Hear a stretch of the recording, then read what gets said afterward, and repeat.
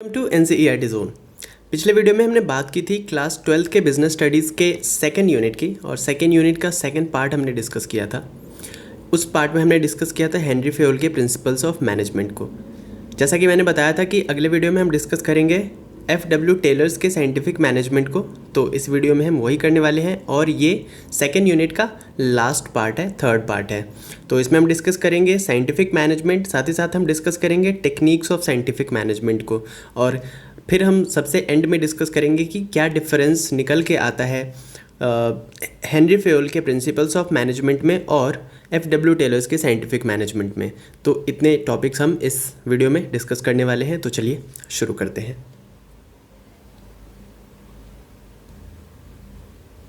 सबसे पहले हम बात कर लेते हैं साइंटिफिक मैनेजमेंट को शुरू करने से पहले जिन्होंने इसे पब्लिश किया है, जिन्होंने इसे एक तरीके से कह सकते हैं कि बनाया है। साइंटिफिक मैनेजमेंट के ये जो प्रिंसिपल है इसको जन्म दिया है, इसी कारण से इन्हें फादर ऑफ साइंटिफिक मैनेजमेंट भी कहा जाता है। और ये है फ्रेडरिक विंसलो टेलर, यानी कि टेलर का पूरा नाम क्या है, फ्रेडरिक विंसलो टेलर। तो चलिए इनके बारे में बात करते हैं। Frederick Winslow Taylor was an economist. वो क्या थे? एक इकोनॉमिस्ट थे एंड अमेरिकन इंडस्ट्रियल इंजीनियर, साथ ही साथ अमेरिका के इंडस्ट्रियल इंजीनियर भी थे। Who is considered to the father of scientific administration, a forerunner of industrial engineering and recognised for promoting the scientific organisation of work. इन्हें scientific management का प्रतिपादक कहा जाता है, इन्हें साइंटिफिक मैनेजमेंट का फादर कहा जाता है। ठीक है, तो ये क्या थे? एक तो इकोनॉमिस्ट थे, उसके बाद ये इंजीनियर भी थे, industrial engineer. Taylor was born on March 20, 1856 in Philadelphia.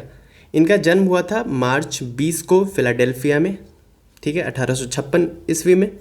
Frederick had to drop out of law school because he presented visual problems that prevented him from doing well in this field.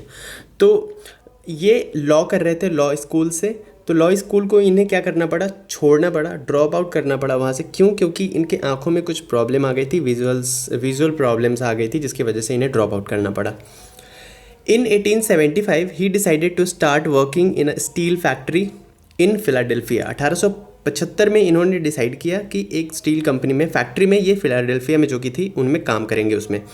Where he learned from each of the steel making process, और वहाँ से steel making का जितना भी process होता है, किस तरीके से स्टील को बनाया जाता है, हर एक प्रोसेस को इन्होंने बारीकी से सीखा वहाँ पे काम करते हुए।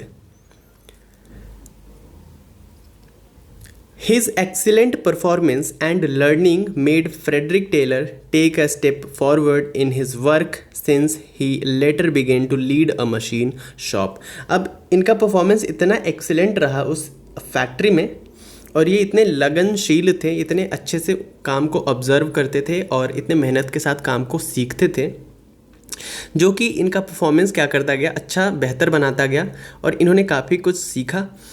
उसके बाद फ्रेडरिक टेलर को एक स्टेप और ये बढ़ गए अपने वर्किंग करियर में, और क्या हुआ, ये एक मशीन के शॉप को लीड करने लग गया। ठीक है, In his new job, he began to make detailed observation on the work carried out by the workers in charge of cutting metals. अब जबकि ये मशीन शॉप में काम कर रहे थे, तो वहाँ पे भी इन्होंने काम किस तरीके से हो रहा है उसको ऑब्जर्व करना शुरू कर दिया। ठीक है, किस तरीके से मेटल्स को वहाँ पे काटा जाता है, किस तरीके से जोड़ा जाता है, ये सब कुछ ऑब्जर्व वहाँ पे करने लग गया। Based on his observation, the idea of analysing the work emerged, dividing each process into smaller, simpler task which had a certain execution time with which workers were required to perform each task in the established time. अब ये इतने अच्छे से observe कर रहे थे उस factory में, उस मशीन शॉप में, कि ये एनालाइज भी करने लग गए कि किस तरीके से इन काम को और छोटा किया जा सकता है, इन काम को स्मॉलर पीसेस में डिवाइड किया जा सकता है ताकि और सिंपल हो सके, सिंपल उनको बनाया जा सकता है। एक सर्टेन टाइम होना चाहिए कि इतने टाइम में इसको एग्जीक्यूट कर देना है काम को, और मतलब फिनिश भी कर देना है। साथ ही साथ कितने वर्कर्स की रिक्वायरमेंट होगी, यहाँ पे कुछ ज़्यादा वर्कर्स तो नहीं है जितना होना चाहिए उनसे, या कम तो नहीं है, इन सारी चीज़ों को वो ऑब्जर्व करने लग गए। ठीक है, The analysis of work done by Taylor allowed diminishing in great quantity the spare times in tasks performed by the workers and in the changes of process that also involved changes of tools. हुआ क्या, जब इतना observation ये करने लग गए तो इससे होने क्या लग गया कि जितना टाइम लगाते थे वर्कर्स पहले, अब वो टाइम धीरे धीरे डिमिनिश होने लग गया, कम होने लग गया। यानी कि जब ये ऑब्ज़र्व करने लग गया और चीज़ों को सही करने लग गया तो टाइम धीरे धीरे डिमिनिश होने लग गया। और जब मेथड में आप चेंज लाते हैं, प्रोसेस में चेंज लाते हैं, तो साथ ही साथ आपको टूल्स भी चेंज करना पड़ता है। जिस टूल्स से आप काम कर रहे हैं उन टूल्स को भी चेंज करना पड़ सकता है। Taylor also established a salary per piece manufactured in relation to the estimated time spent, which was a motivation to improve the pace of work। साथ ही साथ ये एक और मेथड लेकर आए FW टेलर। इन्होंने कहा कि डिफरेंशियल वेज सिस्टम होना चाहिए कि जो जितना काम करता है उसको उसी के हिसाब से सैलरी या वेज मिलना चाहिए। ऐसा नहीं होना चाहिए कि सैलरी फिक्स्ड होनी चाहिए। कोई 10 काम करके 1000 रुपये कमा रहा है और कोई 5 काम करके 1000 रुपये कमा रहा है और कोई 15 काम करके 1000 रुपये कमा रहा है। तो सैलरी फिक्स नहीं होनी चाहिए, ये बेस्ड होनी चाहिए परफॉर्मेंस के बेसिस पे, ठीक है, कि जो जितना काम करेगा उसे उतना मिलेगा। तो ये एक तो मेथड ये लेकर आए, ठीक है, अपने scientific management, techniques of management में, वो आगे हम बात करेंगे। तो इससे होता क्या है कि जितना काम करेंगे उसके हिसाब से जब आप वेज या सैलरी देने लगते हो तो एक तरीके का मोटिवेशन आता है वर्कर्स में और वो उसी के अकॉर्डिंग काम करते हैं, क्योंकि सबको ज़्यादा पैसा चाहिए, तो ज़्यादा पैसा चाहिए तो ज़्यादा काम करना पड़ेगा। This strategy helped to end little by little with the dispute between workers and bosses by productivity standard। और ये जो मेथड्स लेकर आए, टेक्निक्स लेकर आए, ये जो अपना साइंटिफिक मैनेजमेंट का कॉन्सेप्ट लेकर आए, इससे धीरे धीरे क्या होने लगा, बॉसेज और वर्कर्स के बीच में डिस्प्यूट कम होने लग गया, क्योंकि बिल्कुल साइंटिफिक रीज़न के साथ ये कुछ भी लेकर आते थे तो किसी को कोई आपत्ति नहीं होती थी इस चीज़ पे।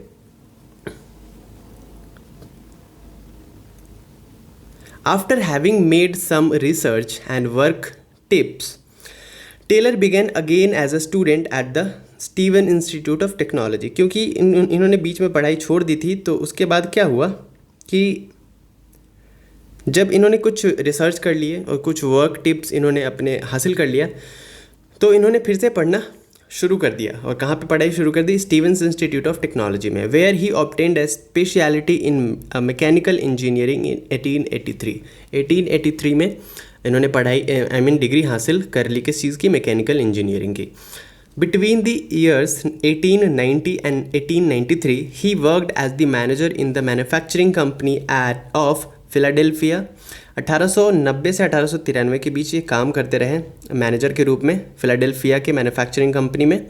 इन 1894 he married Louis M Spooner. 1894 में इन्होंने शादी कर ली, किससे, लुइस एम स्पूनर से इन्होंने विवाह कर लिया।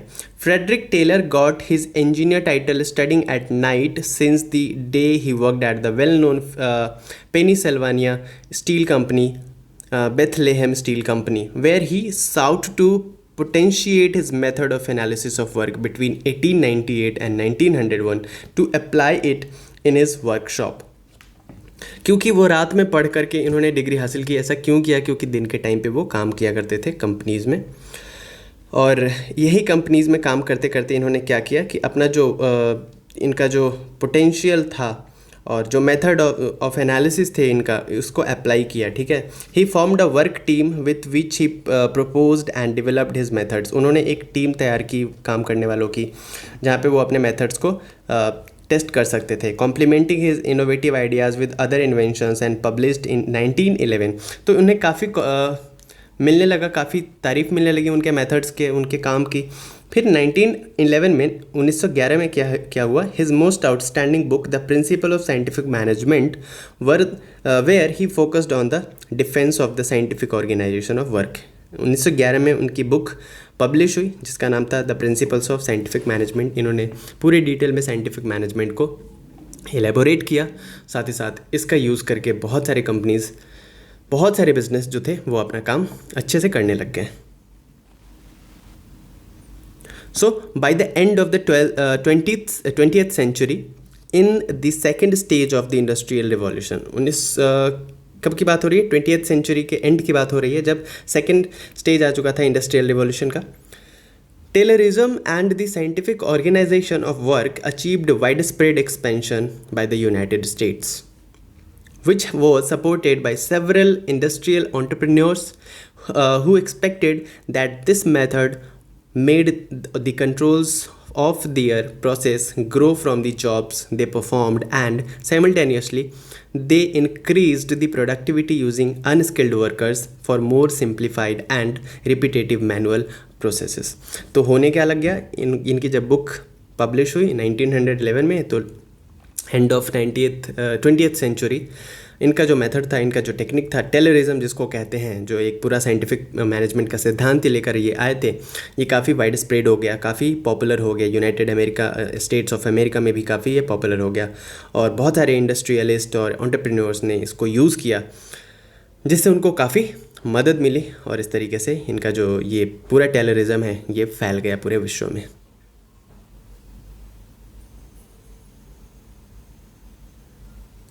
अब बात करते हैं साइंटिफिक मैनेजमेंट का मीनिंग क्या है।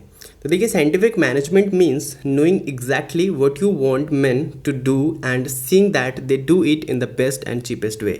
साइंटिफिक मैनेजमेंट का मतलब क्या होता है कि एग्जैक्टली आप क्या जानना चाहते हैं, कि आप क्या चाहते हैं अपने वर्कर्स से, अपने मेन से, और उसके बाद ये देखते हैं कि वो बेस्ट और चीपेस्ट वे में कर रहे हैं या नहीं कर रहे हैं। तो इस तरीके से अपने मेन को, अपने एम्प्लॉयज़ को, अपने वर्कर्स को हैंडल करना, मैनेज करना, जिससे जो आप चाहते हैं वो हो जाए, साथ ही साथ बेस्ट एंड चीपेस्ट वे में हो जाए। That is called scientific management. Scientific management implies in the application of science to management. Science को मैनेजमेंट के अंदर डाल करके मैनेजमेंट करना ही कहलाता है साइंटिफिक मैनेजमेंट। जिस तरीके से साइंस में सब कुछ कॉज एंड इफेक्ट पे बेस्ड होता है, हर चीज़ का कुछ ना कुछ कॉन्सिक्वेंसेस होता है ना, सब कुछ टेस्टेड होता है, ट्राइड होता है, उसी तरीके से मैनेजमेंट में भी साइंटिफिक मैनेजमेंट का यही मतलब है।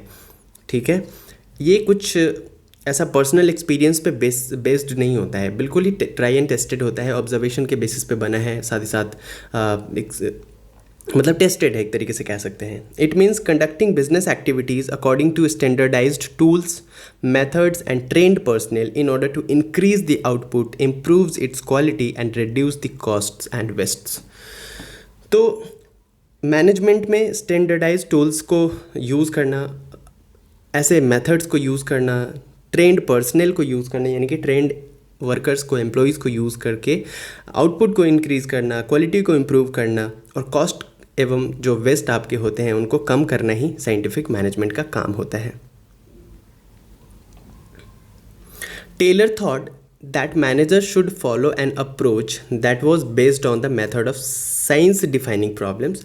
टेलर ये सोचते थे कि मैनेजर्स को ऐसा अप्रोच करना चाहिए, मैनेजमेंट में ऐसा मेथड को अप्रोच करना चाहिए जो कि साइंस डिफाइनिंग प्रॉब्लम्स हो। मतलब जिस तरीके से साइंस प्रॉब्लम्स को हल करता है, वैसे ही वो मैनेजमेंट के प्रॉब्लम को वो साइंटिफिक मैनेजमेंट हल करने योग्य हो। डेवलपिंग ऑल्टरनेटिव सॉल्यूशन, अगर एक सॉल्यूशन से काम नहीं चलता है तो ऑल्टरनेटिव सॉल्यूशन होना चाहिए। एंटिसिपेटिंग कॉन्सिक्वेंसेस, आगे चल के क्या होने वाला है ये हमें एंटिसिपेट करने की एकदम पुरजोर वो जो क्षमता होती है वो होनी चाहिए हमारे पास। Measuring progress and drawing conclusions, progress को मेज़र कर सके इस तरीके के टूल्स हमारे पास होने चाहिए कि कितना हम अच्छा कर रहे हैं या बुरा कर रहे हैं, इसको टेस्ट करने के लिए कुछ होना चाहिए। साथ ही साथ जो कंक्लूजन्स होते हैं वो हमें ड्रॉ हो पाना चाहिए। तो मैनेजर्स में इतनी एबिलिटीज़ होनी चाहिए और ये सब संभव है सिर्फ साइंटिफिक मैनेजमेंट के प्रयोग के बाद।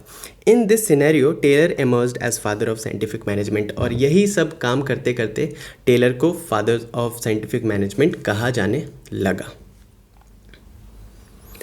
तो देखते हैं क्या क्या प्रिंसिपल्स ऑफ साइंटिफिक मैनेजमेंट इन्होंने दिए हैं। तो सबसे पहला जो प्रिंसिपल इन्होंने दिया है, देखिए हेनरी फेयोल का 14 प्रिंसिपल था, इनका 5 प्रिंसिपल है, लेकिन उन 14 प्रिंसिपल में जितने चीज़ें थे वो सब इनके 5 प्रिंसिपल में ही इंक्लूडेड है। तो आप ये नहीं कह सकते कि अरे ये तो बस 5 प्रिंसिपल है, उनका 14 प्रिंसिपल था तो वो ज़्यादा बेहतर है। तो ऐसा कुछ नहीं है, उनका एक्सपीरियंस के बेसिस पे था, इनका बिल्कुल फैक्ट के बेसिस पे है, टेस्ट किया हुआ है, साथ ही साथ ऑब्जर्वेशन के बेसिस पे है ना।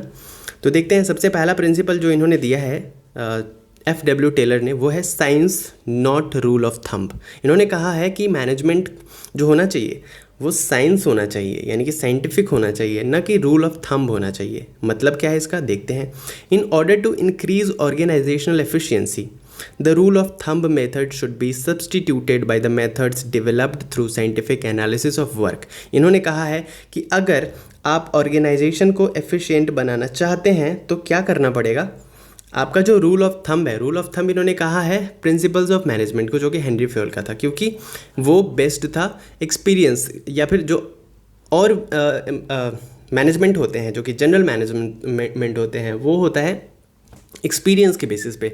हर एक मैनेजर का अपना अपना एक्सपीरियंस होता है और वो अपना अपना एक्सपीरियंस ही उस काम को मैनेज करने में लगाता है। तो उन्होंने इस चीज़ को कहा है कि ये रूल ऑफ थंब है, अपने तरीके से काम करना, जबकि रूल ऑफ थंब को सब्सटीट्यूट कर देना चाहिए, रूल ऑफ थंब के बेसिस पे उसके जगह पे यूज़ करना चाहिए साइंस को, ठीक है, साइंटिफिक मैनेजमेंट को। Rule of thumb means decisions taken by manager as per their personal judgements. उन्होंने साफ बोला है कि रूल ऑफ थंब का मतलब है हर एक मैनेजर अपने पर्सनल जजमेंट के, अपने पर्सनल एक्सपीरियंस के बेसिस पे डिसीजन बनाता है, तो वो होता है rule of thumb. According to Taylor, even a small production activity like loading iron sheets into box cars can be scientifically planned. लेकिन टेलर इसके बिल्कुल पक्ष में नहीं थे। टेलर क्योंकि पेशे से इंजीनियर भी थे एक, है ना, और इकोनॉमिस्ट थे, तो इन्होंने दो बातों पे जोर दिया। एक तो इन्होंने मेथड पे जोर दिया, क्योंकि ये इंजीनियर थे तो टेक्नोलॉजी पे बहुत ज़्यादा जोर दिया इन्होंने अपने मैनेजमेंट में, प्रिंसिपल्स ऑफ मैनेजमेंट में। साथ ही साथ इकोनॉमिस्ट भी थे, तो ये चाहते थे कि किस तरीके से पैसे को बचाया जा सके, किस तरीके से कॉस्ट कटिंग की जा सके, ठीक है। तो ये दो बातें आपको देखने को मिलेगी FW टेलर के प्रिंसिपल्स में। तो इन्होंने बोला है कि एक सिंपल सा काम करने के लिए, मान लीजिए कि आयरन शीट्स को ट्रक पे लोड करना है या ट्रक से अनलोड करना है, इसलिए भी ऐसे साइंटिफिकली प्लान्ड हमारे पास मेथड्स होने चाहिए, ऐसे टूल्स होने चाहिए कि काम कम पैसे में हो जाए और कम टाइम में हो जाए। जैसे आयरन शीट्स को अगर आप मैनुअली लोड करते हो तो बहुत सारे वर्कर्स लगेंगे, बहुत सारा टाइम लगेगा, लेकिन अगर उसी को आप किसी टूल के मदद से करते हो, किसी मशीन के मदद से करते हो, तो बहुत जल्दी हो जाता है, टाइम भी बचता है। तो इस तरीके से इन्होंने बोला है कि साइंस होना चाहिए, ना कि रूल ऑफ थंब होना चाहिए। Okay, this will help in saving time as well as human energy. इससे क्या होगा, टाइम तो बचेगा ही बचेगा, ह्यूमन एनर्जी भी बचेगी। Decision should be based on scientific inquiry with cause and effect relationship. इन्होंने साफ बोला है कि जो डिसीजन मेकिंग होना चाहिए वो साइंटिफिकली होना चाहिए, साइंटिफिक इंक्वायरी कर लेनी चाहिए आपको पहले कि ये डिसीजन लेने से फ्यूचर में क्या चीज़ें हो सकती है। तो कॉज एंड इफेक्ट का जो रिलेशनशिप है वो बिल्कुल होना चाहिए। ऐसा नहीं कि हमने बस तुक्के में कोई डिसीजन ले लिया, अब भगवान भरोसे बैठे हैं कि हे भगवान सब सही हो जाए फ्यूचर में, अगर गलत हो गया तो फिर तो दिक्कत हो जाएगी। और ज़्यादातर चांसेस रहते हैं जो काम आप तुक्के में करते हैं उनका गलत हो जाना। इसलिए साइंटिफिक मैनेजमेंट को इन्होंने अडॉप्ट करने के लिए कहा। तो पहला जो इनका प्रिंसिपल था वो था science not rule of thumb. Second इनका जो प्रिंसिपल है वो है हार्मनी नॉट डिस्कॉर्ड। हार्मनी का मतलब है कि एक दूसरे के साथ समन्वयता बना के चलना, यानी कि समन्वयता का मतलब है कि कोऑर्डिनेशन बना के चलना, न कि डिस्प्यूट कर देना, डिस्कॉर्ड कर देना, लड़ाई झगड़ा करना। Taylor emphasised that there should be complete harmony between the workers and the management, since if there is any conflict between the two it will not be beneficial either for the workers और the management. इन्होंने कहा है कि management के बीच में और workers के बीच में बिल्कुल हार्मनी होनी चाहिए, बिल्कुल प्रेम होना चाहिए, प्यार मोहब्बत होना चाहिए, न कि लड़ाई झगड़े होनी चाहिए। अगर थोड़ा सा भी कॉन्फ्लिक्ट है ना दोनों के बीच में, तो ये तो मैनेजमेंट के लिए अच्छा नहीं है और वर्कर्स के लिए भी अच्छा नहीं है। तो किसी के लिए, पूरे मैनेजमेंट के लिए और वर्कर्स के लिए ये चीज़ अच्छी नहीं है। तो हार्मनी होनी चाहिए।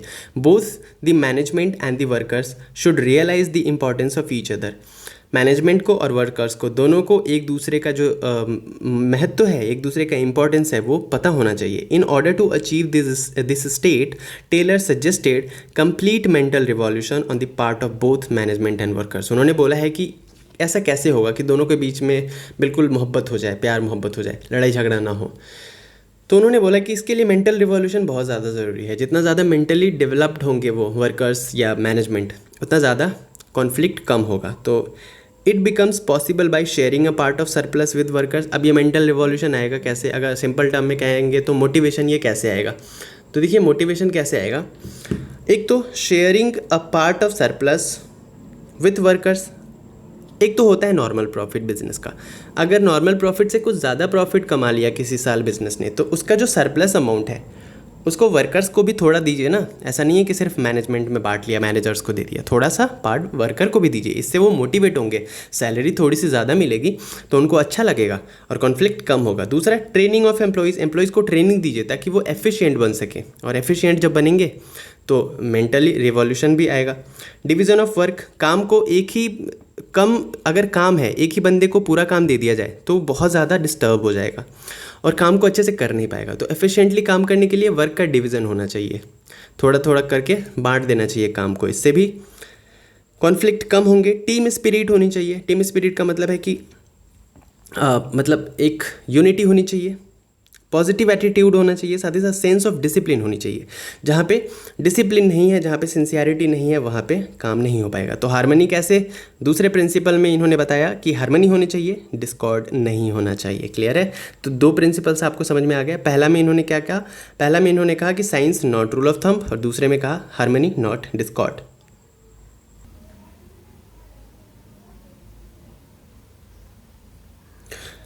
मेंटल रिवॉल्यूशन, हाँ चलिए सेकेंड हमने बात करती है harmony not Discord. Third principal है मेंटल रिवॉल्यूशन।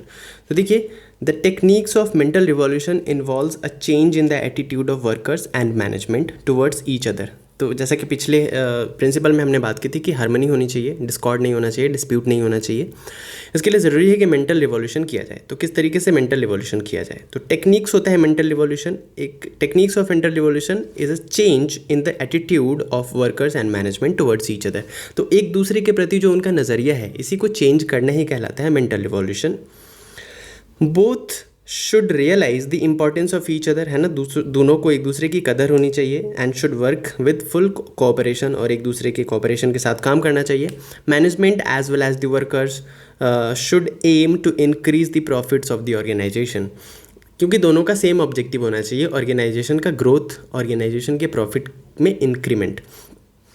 फॉर दिस, अभी मेंटल रिवॉल्यूशन आएगा कैसा, for this workers should put their best efforts so that the company makes profit, and on the other hand management should share parts of profit with the workers. इसके लिए करना क्या होगा, workers को जी तोड़ मेहनत करनी होगी कंपनी के भले के लिए। साथ ही साथ मैनेजमेंट की क्या रिस्पॉन्सिबिलिटी है कि वो सही फेयर रेम्यूनरेशन दे, सही प्रॉफिट में हिस्सा दे वर्कर्स को भी। दस mental revolution requires a complete change in the outlook of both management and workers. तो दोनों के नज़रिए में बदलाव होना पड़ेगा इसके लिए, मैनेजमेंट के भी और वर्कर्स के भी। There should be a spirit of togetherness between workers and management, दोनों के बीच एक टुगेदरनेस की स्पिरिट होनी चाहिए, है ना, यूनिटी होनी चाहिए।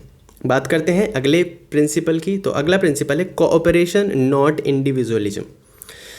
इंडिविजुअलिज्म का मतलब है कि कोई काम अकेले नहीं हो सकता। कोई इंडिविजुअलिज्म जहाँ पे हो जाएगी वहाँ पे आप काम कर तो लोगे लेकिन बहुत दिन तक टिक नहीं पाओगे, खास करके जब ये बड़ा ऑर्गेनाइजेशन है, बड़ा मार्केट है।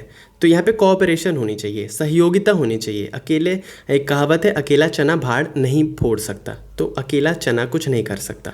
इसके लिए पूरा झुंड होना चाहिए, कोऑपरेशन होनी चाहिए। This principle is an extension of principle of harmony not Discord. जैसा कि हमने बात किया था, हार्मनी होनी चाहिए, डिस्कॉर्ड नहीं होना चाहिए, उसी का एक्सटेंशन है ये cooperation not individualism. And lays stress on mutual cooperation between workers and the management. यहाँ पे भी बोल रहा है कि मैनेजमेंट और वर्कर्स के बीच में कोऑपरेशन होनी चाहिए, म्यूचुअल अंडरस्टैंडिंग होनी चाहिए। Cooperation, mutual confidence, sense of goodwill should prevail among both managers as well as workers. दोनों के बीच में अच्छा खासा रिलेशन होना चाहिए, है ना। The intention is to replace internal competition with cooperation. ये जो अंदर की जलन है, अंदर का एक दूसरे के लिए घृणा है ना, मैनेजमेंट और वर्कर्स का एक जो लोभ है अपने अपने लिए, उसको त्यागना होगा और इसके जगह पे इम्प्लीमेंट करना पड़ेगा क्या, कोऑपरेशन को। Both management and workers should realise the importance of each other. जैसा मैं शुरू से ही बताता आ रहा हूँ, workers should be considered as the part of management and should be allowed to take part in decision making process of the management. देखिए, वर्कर्स को सिर्फ इतना ही नहीं होना चाहिए कि चलो वो काम हो रहा है, उनका काम ख़त्म हो गया तो फिर उनसे कोई मतलब नहीं रखो, ऐसा नहीं होना चाहिए। जो वर्कर्स हैं, हो सकता है कि वो बहुत ज़्यादा पढ़े लिखे ना हो, आपके तरह उनके पास बहुत ज़्यादा डिग्री ना हो, लेकिन हो सकता है कि वो कुछ ऐसा आइडिया आपके साथ शेयर कर दे जो आपने कभी नहीं सोचा होगा और ना आप कभी सोच पाते, ऐसा कुछ वो शेयर कर सकता है।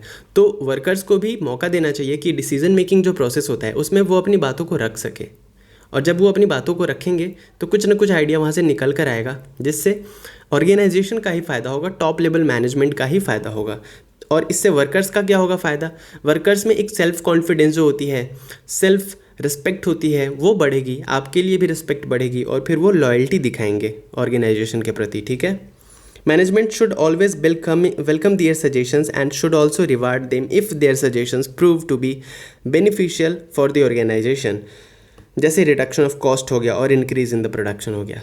तो देखिए, अगर किसी वर्कर ने कोई आइडिया दिया तो उसे आप वेलकम करिए, और उस आइडिया को अगर आपको लगता है कि सही आइडिया है और आप इम्प्लीमेंट कर देते हो उस आइडिया को, और उस आइडिया से कुछ आउटपुट अच्छा आ जाता है, जैसे कॉस्ट रिडक्शन में मदद मिलती है या प्रोडक्शन इंक्रीज़ हो जाता है, तो इसका रिवॉर्ड भी आपको देना चाहिए उस वर्कर्स को, ठीक है। At the same time workers should also resist from going on strike or making unnecessary demands from the management. और मैनेजमेंट का तो हमें समझ में आ गया कि मैनेजमेंट क्या कर सकती है, साथ साथ वर्कर्स की क्या रिस्पॉन्सिबिलिटी है कि वो अननेसेसरीली स्ट्राइक पे ना चले जाएँ, धरना प्रदर्शन करने ना लग जाएँ अननेसेसरीली, है ना। और ज़्यादा डिमांड भी ना करें, बिना मतलब का डिमांड, जहाँ तक ज़रूरी है वहाँ तक डिमांड करें, एक्स्ट्रा डिमांड ना करें, कंपनी के सिचुएशन को देख के डिमांड करें।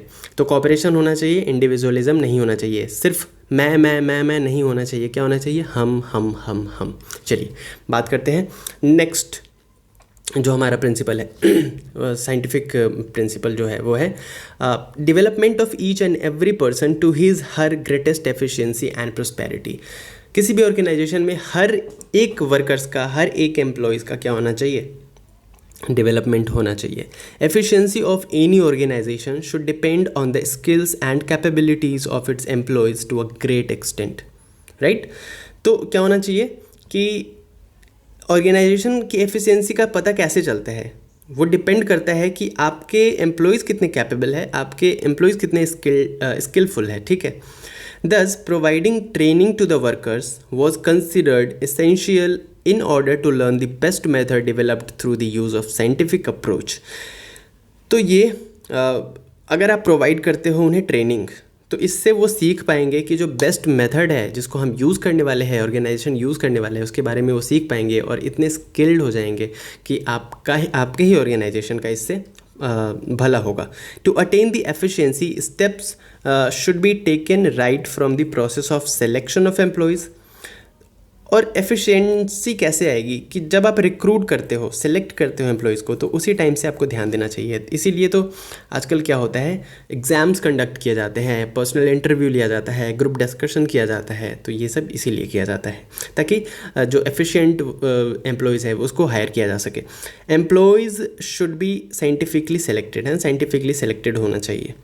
The work assigned to each employee should suit his her physical, mental and intellectual capability. जो काम जिस इंसान को दे रहे हैं, क्या वो उस काम को करने के लिए उसमें पोटेंशियल है, क्या वो कैपेबल है, ये सब देख करके ही वो काम असाइन करना चाहिए उस इंसान को।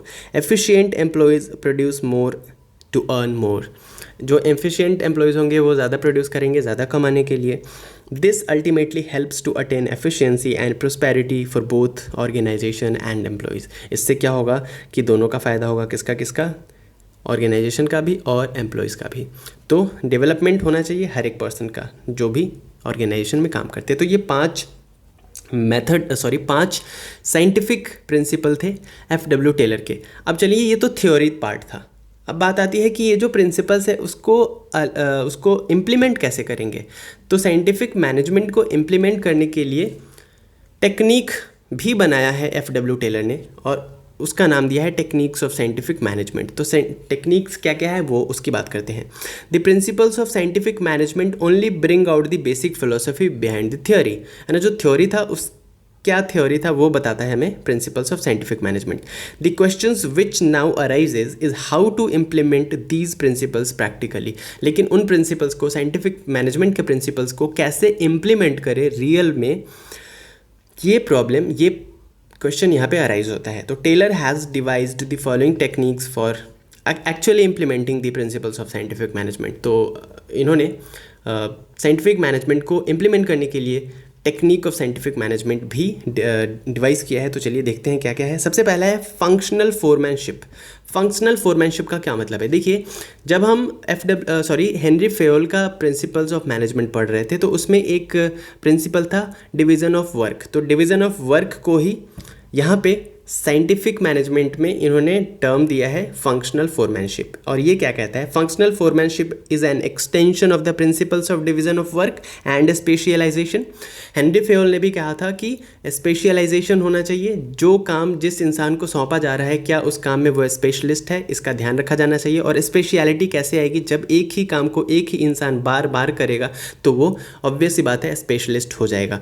तो यहाँ पे भी फंक्शनल फोरमैनशिप का कुछ वैसा ही कॉन्सेप्ट है, लेकिन वहाँ पे जो था डिवीज़न ऑफ वर्क पूरा टॉप टू बॉटम तक था, है ना, या फिर सॉरी टॉप टू बॉटम कह रहे हैं, डिवीज़न ऑफ वर्क वहाँ पे टॉप मैनेजमेंट का था कि टॉप मैनेजमेंट को के वर्क्स को डिवाइड करके मिडिल लेवल मैनेजमेंट को ट्रांसफ़र कर दिया, और मिडिल मैनेजमेंट के भी काम को डिवाइड करके लोअर लेवल मैनेजमेंट को वहाँ पे डिवाइड कर दिया गया था। किस में, प्रिंसिपल्स ऑफ मैनेजमेंट में, हेनरी फेयोल के। लेकिन यहाँ पे क्या है, यहाँ पे कॉन्सेंट्रेट किया गया है किस पे, लोअर लेवल मैनेजमेंट पे, है ना। तो वही है, functional foremanship is an extension of the principles of division of work and specialisation to the shop floor level of a factory. Shop floor level of a factory का मतलब है कि लोअर लेवल मैनेजमेंट की बात की जा रही है, या फैक्ट्री मैनेजर्स जिनको कहते हैं उनकी बात की जा रही है। यहाँ पे टॉप लेवल मैनेजमेंट की बात नहीं की जा रही है। Each worker will have to take orders from 8 foreman in the related process of functions of production. यहाँ पे कहा जा रहा है कि साइंटिफिक मैनेजमेंट में क्या करना होगा, इस पहले टेक्निक में जिसका नाम है फंक्शनल फोरमैनशिप, इसमें जो लोअर लेवल जो मैनेजमेंट होगा, जिसको फैक्ट्री मैनेजमेंट भी कह सकते हैं, तो फैक्ट्री मैनेजर्स को 8 पार्ट में डिवाइड कर दिया जाएगा। सबसे पहले मेन 2 डिपार्टमेंट्स बनाए जाएंगे, और उन दोनों डिपार्टमेंट्स में 4-4 एग्जीक्यूटिव्स या 4-4 मैनेजर्स को तैनात किया जाएगा। अब वो क्या है देखते हैं। तो देखिए, Taylor has suggested that the division of work of factory manager into 2 sub departments. इन्होंने कहा कि जो फैक्ट्री मैनेजर्स हैं इनके काम को 2 सब डिपार्टमेंट्स में और डिवाइड कर देते हैं। पहला प्लानिंग डिपार्टमेंट एंड दूसरा प्रोडक्शन डिपार्टमेंट, ठीक है, एक जो प्लान करेगा और दूसरा जो प्रोडक्शन करेगा। 4 experts are appointed in each department, और फिर इन्होंने कहा कि हर डिपार्टमेंट में 4-4 एक्सपर्ट्स को भी अपॉइंट कर देंगे हम। The experts in the planning departments do planning and the experts in the production department help in production. उन्होंने कहा कि प्लानिंग डिपार्टमेंट में जो 4 एक्सपर्ट्स होंगे वो प्लानिंग में मदद करेंगे, और साथ ही साथ प्रोडक्शन में जो 4 एक्सपर्ट्स होंगे वो प्रोडक्शन में हेल्प करेंगे। अब देखते हैं कि कैसे डिवाइड किया गया है।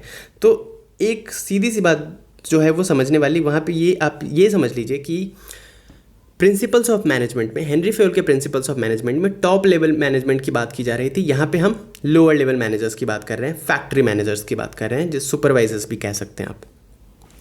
तो यहाँ पे इन्होंने बोला, FW टेलर ने, कि फैक्ट्री मैनेजर्स जो कि लोअर लेवल मैनेजर हैं इनको पहले 2 पार्ट में डिवाइड कर दो, और वो 2 पार्ट क्या क्या है, पहला प्लानिंग इंचार्ज और दूसरा प्रोडक्शन इंचार्ज, यानी कि planning department and production department. Planning in charge में इन्होंने कहा कि 4 एक्सपर्ट्स हम करेंगे अपॉइंट, और प्रोडक्शन में भी 4 एक्सपर्ट्स करेंगे अपॉइंट। प्लानिंग में करेंगे, एक तो होगा इंस्ट्रक्शन कार्ड क्लर्क, दूसरा होगा रूट क्लर्क, तीसरा होगा टाइम एंड कॉस्ट क्लर्क, और फोर्थ होगा डिसिप्लिनेरियन, जो डिसिप्लिन का काम देखेगा।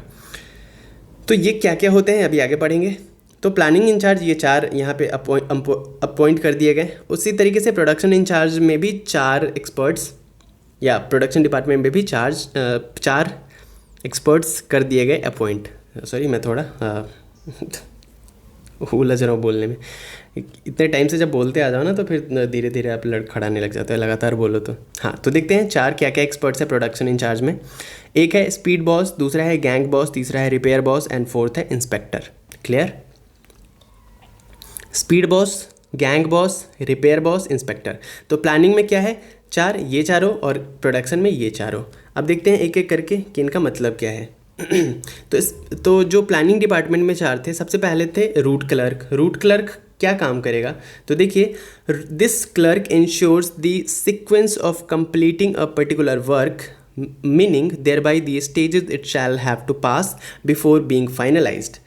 जो रूट क्लर्क होगा वो डिसाइड करेगा रूट का, वो डिसाइड करेगा कि किस तरीके से काम होगा दिन में, पूरे दिन का क्या काम होगा, पहले क्या काम होगा, उसके बाद क्या काम होगा, और फाइनल क्या काम होगा।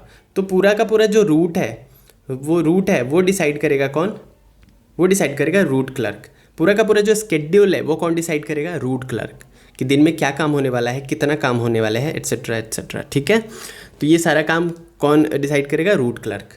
उसके बाद आता है instruction card clerk. Instruction card clerk का क्या काम होगा? तो जाहिर सी बात है, यहाँ पे इंस्ट्रक्शन लिखा है तो इंस्ट्रक्शन इसका काम होगा निर्देश देने का।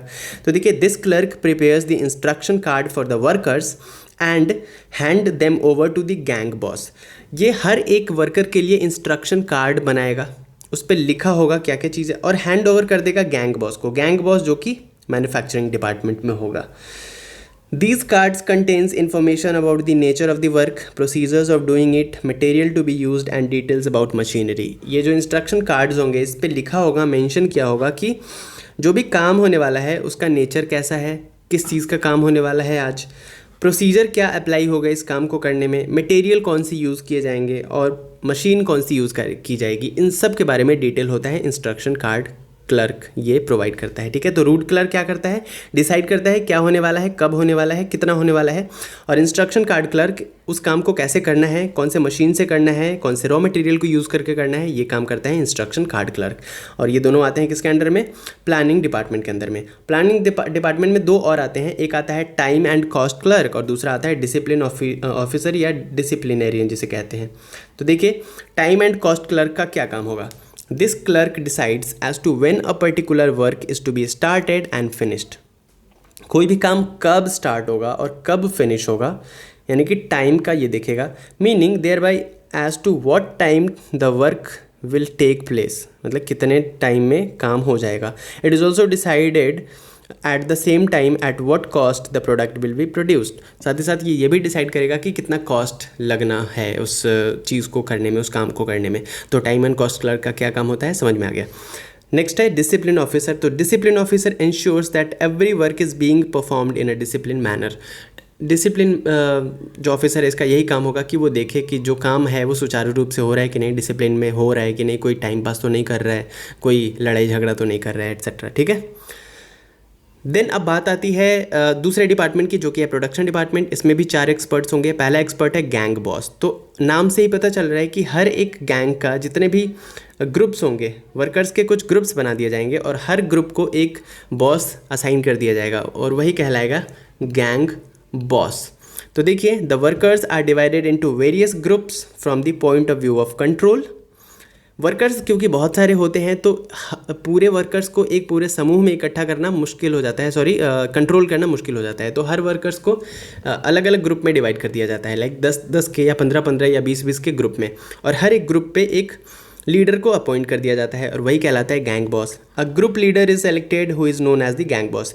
ही is expected to ensure that both the workers and the machines are fit enough for production and that the material required for their use has been made available to them. एक तरीके से आप समझ सकते हो कि जिस तरीके से पूरे क्लास को मॉनिटर करने के लिए एक मॉनिटर था, उसी तरीके से कुछ ग्रुप्स ऑफ वर्कर्स को मॉनिटर करने के लिए, उनके काम को देखने के लिए, वो जिस मशीन पे काम करेंगे उस मशीन को देखने के लिए जो लीडर होगा वो कहलाएगा गैंग बॉस। सेकंड है स्पीड बॉस। स्पीड बॉस का काम क्या होगा? नाम से ही पता चल रहा है स्पीड से रिलेटेड काम ये देखेगा। The main function of this speed boss is to ensure that all the workers are performing their job at the required और एक्सपेक्टेड स्पीड। जो स्पीड आपने एक्सपेक्ट की है, जितने टाइम में जितना काम आपने करने को बोला है, उस स्पीड से काम हो रहा है या नहीं हो रहा है, यही काम देखना होता है किसका काम? स्पीड बॉस का।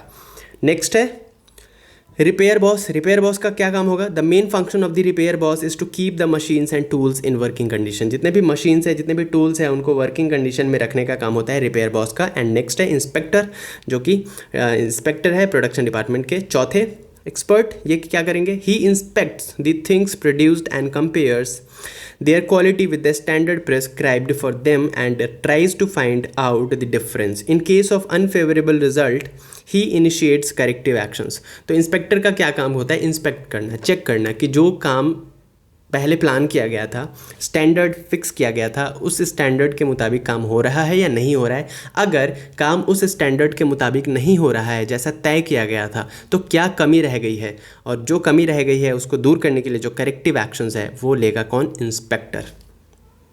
तो आपने देखा प्लानिंग डिपार्टमेंट के 4 एक्सपर्ट्स को हमने डिस्कस कर लिया और प्रोडक्शन डिपार्टमेंट के 4 एक्सपर्ट्स को हमने डिस्कस कर लिया। तो ये था पहला मेथड, और पहला मेथड क्या था कि फंक्शनल फोरमैनशिप। अब दूसरा मेथड की बात करते हैं। दूसरे मेथड में इन्होंने बताया कि किस तरीके से साइंटिफिक मैनेजमेंट को आप इम्प्लीमेंट कर सकते हैं। तो दूसरा है स्टैंडर्डाइजेशन ऑफ वर्क। ये कहते हैं कि वर्क को स्टैंडर्डाइज्ड कर दीजिए, एक फिक्स कर दीजिए स्टैंडर्ड, है ना, कि इस तरीके से काम होना चाहिए। Standardization means setting standards for different factors after due deliberation. हर एक फैक्टर के लिए एक सर्टेन स्टैंडर्ड फिक्स कर देना ही कहलाता है standardisation of work. For example, the amount of work to be done by a worker in a day may be standardised. अब देखिए, सिंपल लैंग्वेज में अगर हम समझें तो आपका कोई ऑर्गेनाइजेशन है और आपने काम शुरू करने से पहले तय कर दिया कि आज पूरे दिन में हम 1 लाख पीसेज ऑफ जो भी ऑब्जेक्ट आप प्रोड्यूस कर रहे हैं, मटेरियल्स आप प्रोड्यूस करोगे, लाइक 1 लाख आप कपड़े बनाओगे या फ्रॉक बनाओगे या शर्ट बनाओगे। मान लीजिए आपका मैन्युफैक्चरिंग करने का है, कपड़े की मिल है, तो आपने बोला कि 1 लाख शर्ट को हम मैन्युफैक्चर करेंगे आज पूरे दिन में। तो आपने एक स्टैंडर्ड फिक्स कर दिया, तो यहाँ पे आपका वर्क स्टैंडर्डाइज्ड हो गया। अब आप डे के एंड में आप चेक कर सकते हो कि आपने जो स्टैंडर्ड फिक्स किया था वो पूरा हुआ या नहीं हुआ। तो यही होता है standardisation of work. Okay, in other words, the worker is expected to do standard amount of the work every day. हर एक वर्कर से ये एक्सपेक्ट किया जाता है कि वो कुछ स्टैंडर्ड जो फिक्स किया गया है उसके अकॉर्डिंग काम करें पूरे दिन में। In the same manner, standards may also be set for raw materials, machines, tools, techniques, conditions of work etcetera. तो सिर्फ काम को ही स्टैंडर्डाइज्ड नहीं किया जा सकता, उसके टेक्निक को, उसमें लगने वाले रॉ मटेरियल्स को, उसमें यूज़ होने वाले मशीन्स एंड टूल्स को, वर्किंग कंडीशन को, सब कुछ को स्टैंडर्डाइज्ड किया जा सकता है ना, कि इसी तरीके से हमें काम करना है, इसके बाहर जाके काम हमें नहीं करना है। तो देखते हैं क्या क्या चीज़ें स्टैंडर्डाइज्ड हम करेंगे। सबसे पहला है standardised material. By standardisation of material we mean that the raw material provided should be according to the quality of finished goods required. जब हम बात करते हैं मटेरियल को स्टैंडर्डाइज्ड करने की, तो इसका मतलब ये होता है कि हम ऐसे रॉ मटेरियल को सिलेक्ट कर लेते हैं और हम कहते हैं कि जो हम फिनिश्ड गुड बनाएंगे ये इसी मटेरियल से बनाएंगे, इसके अलावा किसी और मटेरियल से नहीं बनाएंगे। तो एक आपने स्टैंडर्ड फिक्स कर दिया, right. For example, if for producing a quality of finished goods x quality of raw material are required. यहाँ पे एग्जांपल दिया हुआ है कि अगर आप एक फिनिश्ड गुड बनाते हो जो कि ए क्वालिटी का है, तो आपके लिए जो रॉ मटेरियल चाहिए वो ऐसा रॉ मटेरियल चाहिए जो एक्स क्वालिटी का होगा, है ना, अज्यूम कर लीजिए।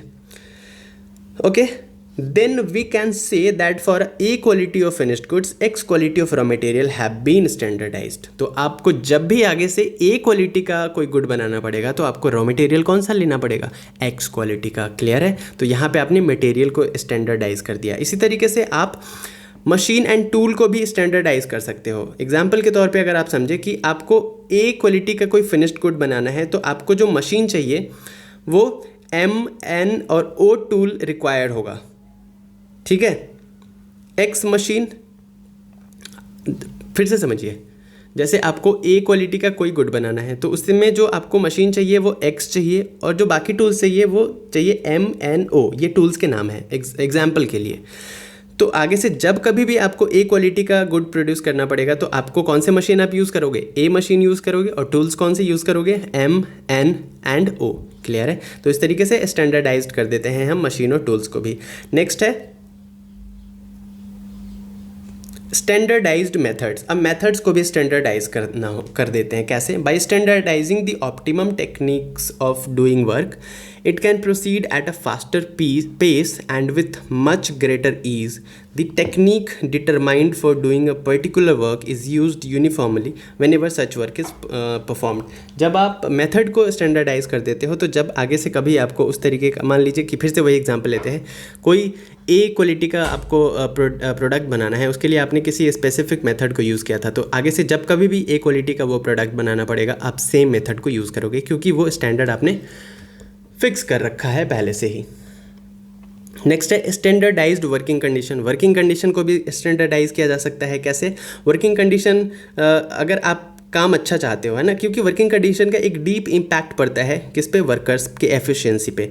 तो कैसे स्टैंडर्डाइज करते हो वर्किंग कंडीशन को, तो कितना टेम्परेचर रखना है उस जगह का, वेंटिलेशन की क्या व्यवस्था है, लाइटिंग कितनी अच्छी है, सफाई कितनी है, क्लीनलीनेस, साथ ही साथ सेफ्टी का क्या आपने ख्याल रखा है वर्क प्लेस पे।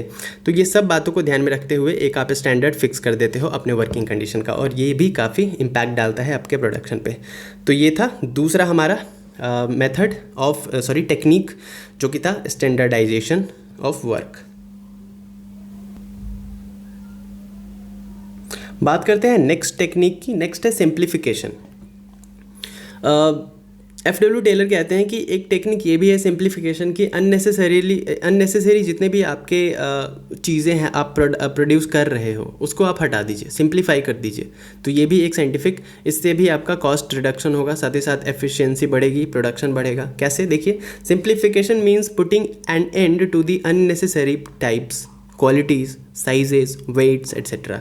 एग्जाम्पल के लिए आपका गारमेंट का मैन्युफैक्चरिंग यूनिट है, उसमें आप हर साइज़ के कपड़े बनाते हो, लाइक 30, 32, 34, 36, 38, 40, 42 ऐसा करके। तो कुछ ऐसे भी आप साइजेस बना देते हो, कुछ ऐसे भी क्वालिटीज़ के बना देते हो, कुछ ऐसे वेट के कुछ चीज़ें आप बना देते हो जो कि मार्केट में डिमांड नहीं है। तो जिस चीज़ का डिमांड नहीं है उसको मत प्रोड्यूस कीजिए, ये कहने का मतलब सिंप्लीफिकेशन का। For example, it is all right for a shoe manufacturing company to manufacture shoes of 0, 1, 2, 3, 4, 5 sizes. तो ये कहते हैं कि कोई शू मैन्युफैक्चरिंग कंपनी है और वो 0, 1, 2, 3, 4, 5 साइजेस के जूते बनाती है। तो चलो ठीक है, मान लिया सही है ये। But if it starts manufacturing shoes of 0, 0.5, 1, 1.25, 1.5, 1.75, 2, 2.5, 2.25, 2.75, तो इस तरीके के भी नंबर आने लगेंगे। तो ये तो अननेसेसरी है। कोई भी जूते लेने आएगा वो बोलेगा कि 3 नंबर का दे दीजिए, या 4 नंबर का दे दीजिए, या 10 नंबर का दे दीजिए, या 6 नंबर का दे दीजिए। वो ये कभी नहीं बोलेगा कि 6.5 नंबर का दे दीजिए या 6.25 नंबर का दे दीजिए। तो ये तो अननेसेसरी प्रोडक्शन आप कर रहे हो, क्योंकि आपके पास वो चीज़ अवेलेबल है लेकिन मार्केट में उसकी डिमांड है नहीं। तो आप उसको सिंप्लीफाई कीजिए, उसको हटा दीजिए, right.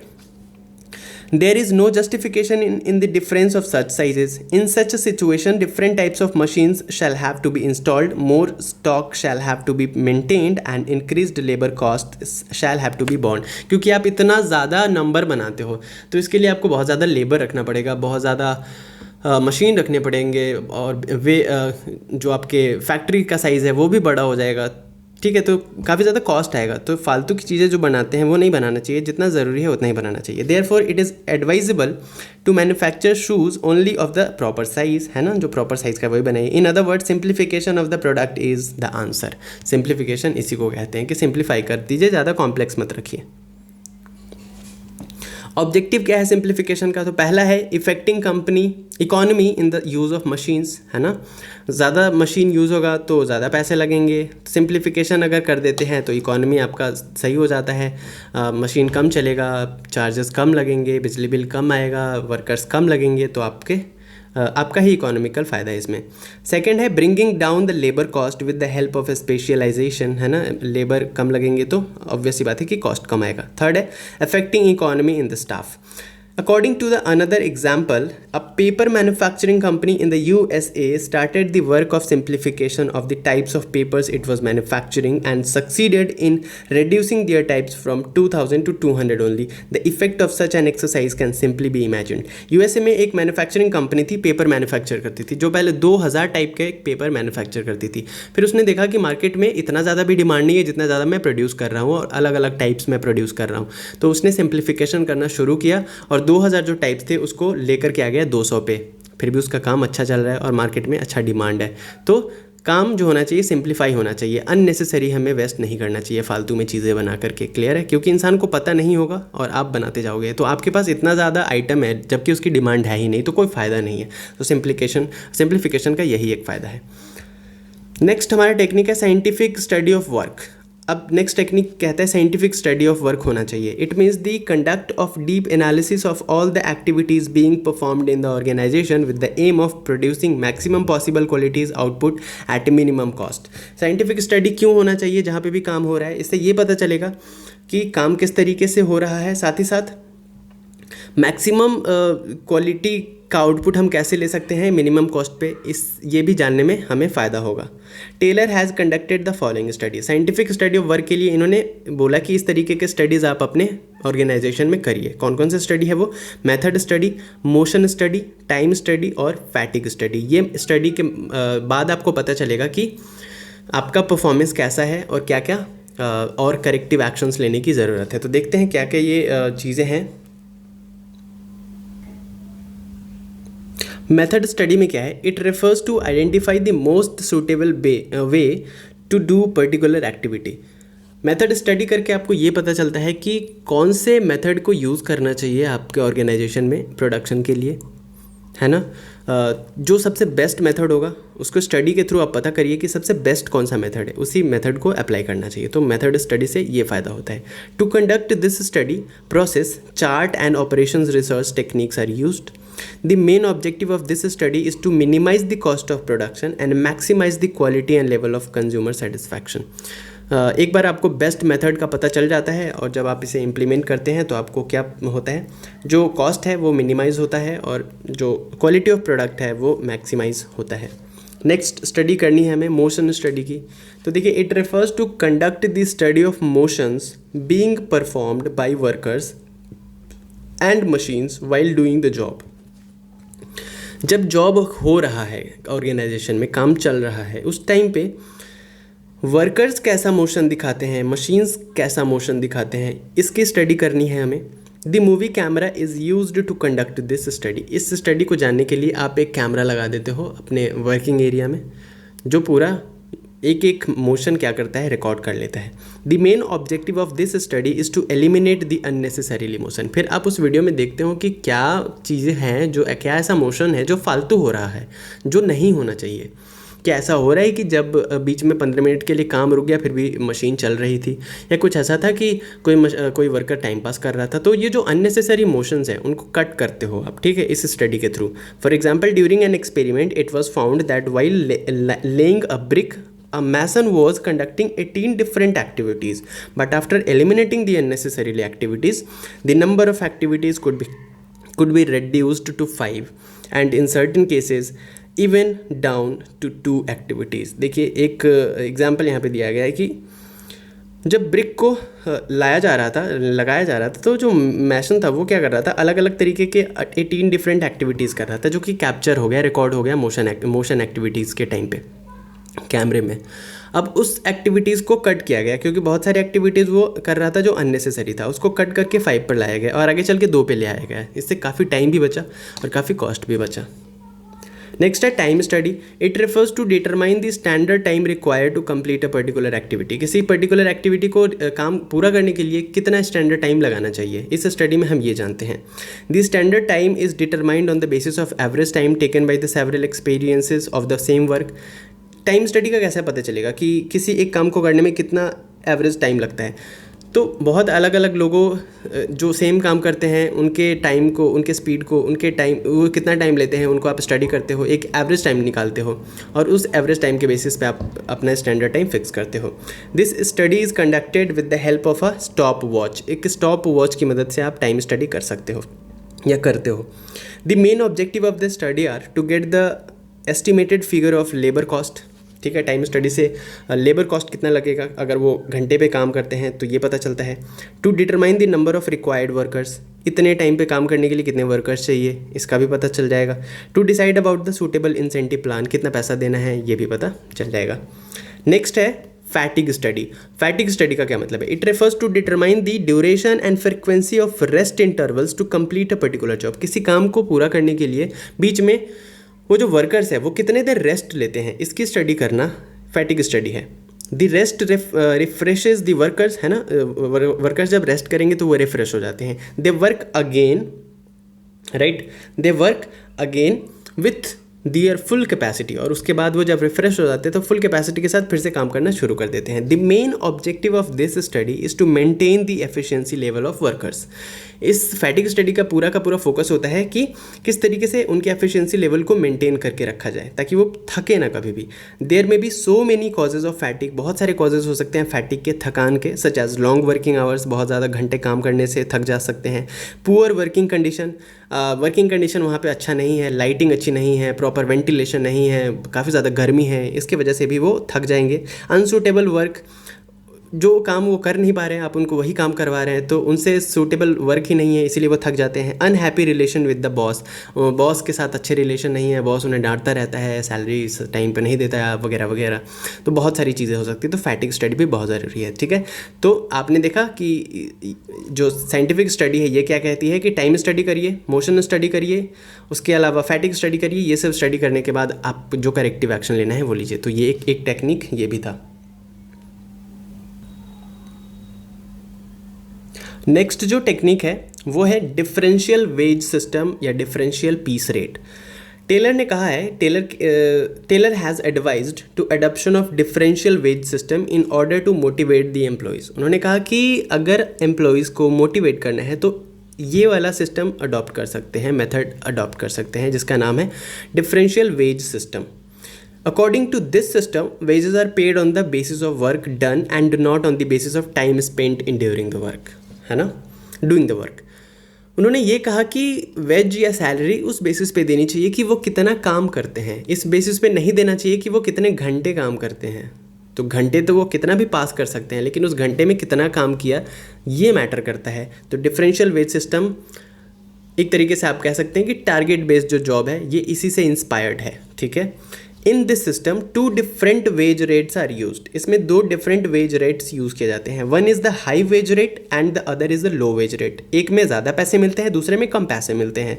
Those workers who are able to produce the standard number of units within a fixed duration are paid as per the high wage rate and those workers who are not able to produce the standard number of the units within the same time are paid as per the lower wage rate.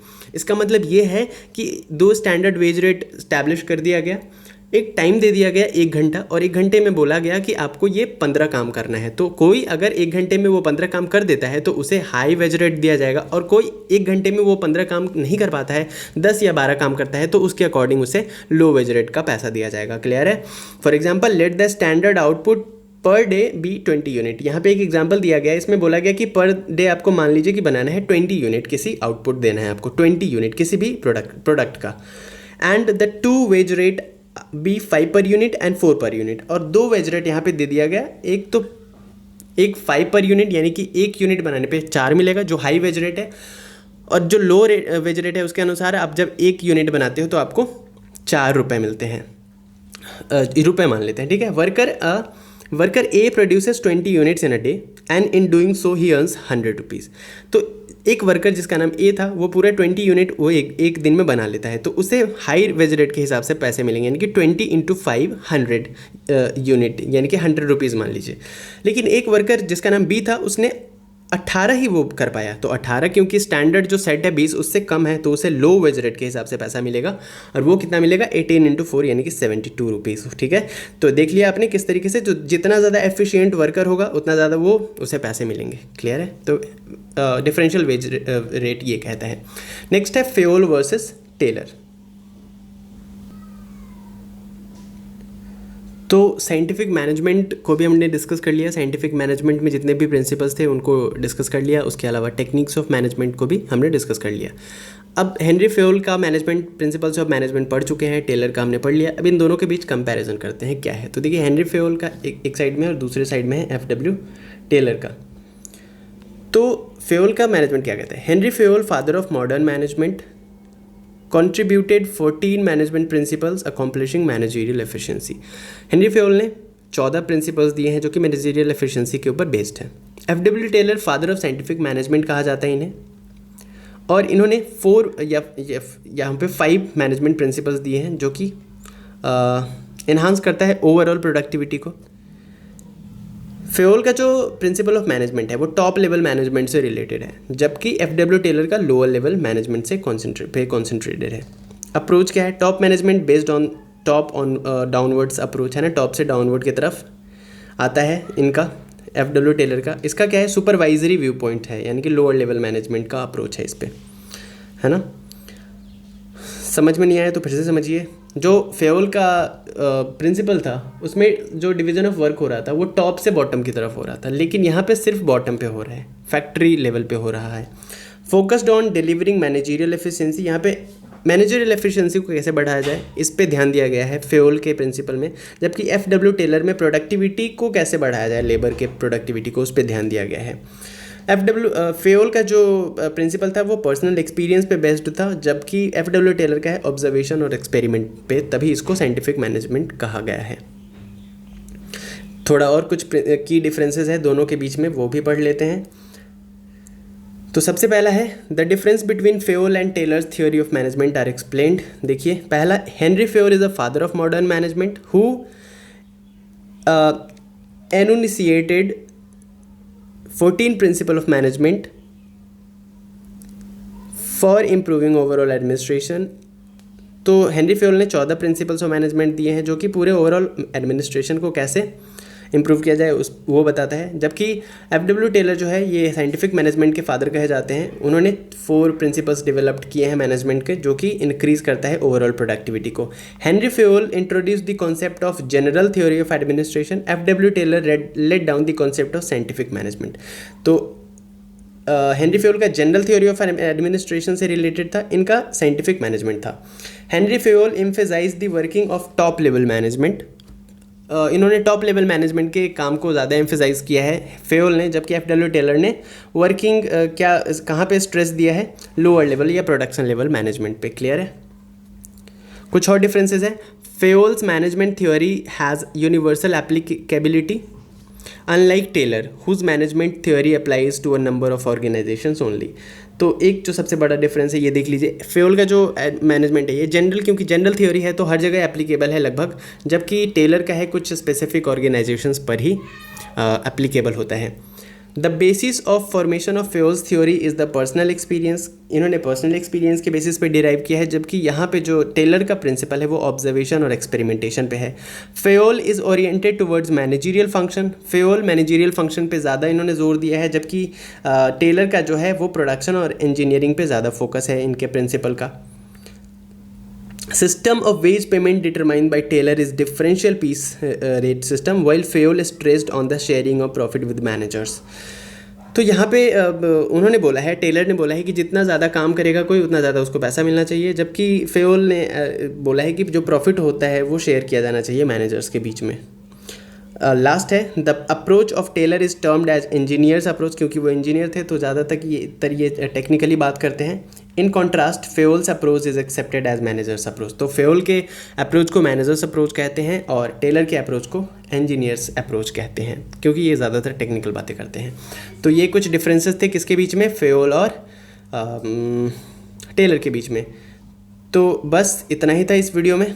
हमने बात की scientific management की, techniques of management की, साथ ही साथ हमने बात की इन दोनों के डिफरेंसेस की, फेयोल और टेलर के प्रिंसिपल्स के डिफरेंसेस की। तो बस सेकंड यूनिट यहाँ पे फिनिश होता है। अब बात करेंगे नेक्स्ट वीडियो में थर्ड यूनिट की।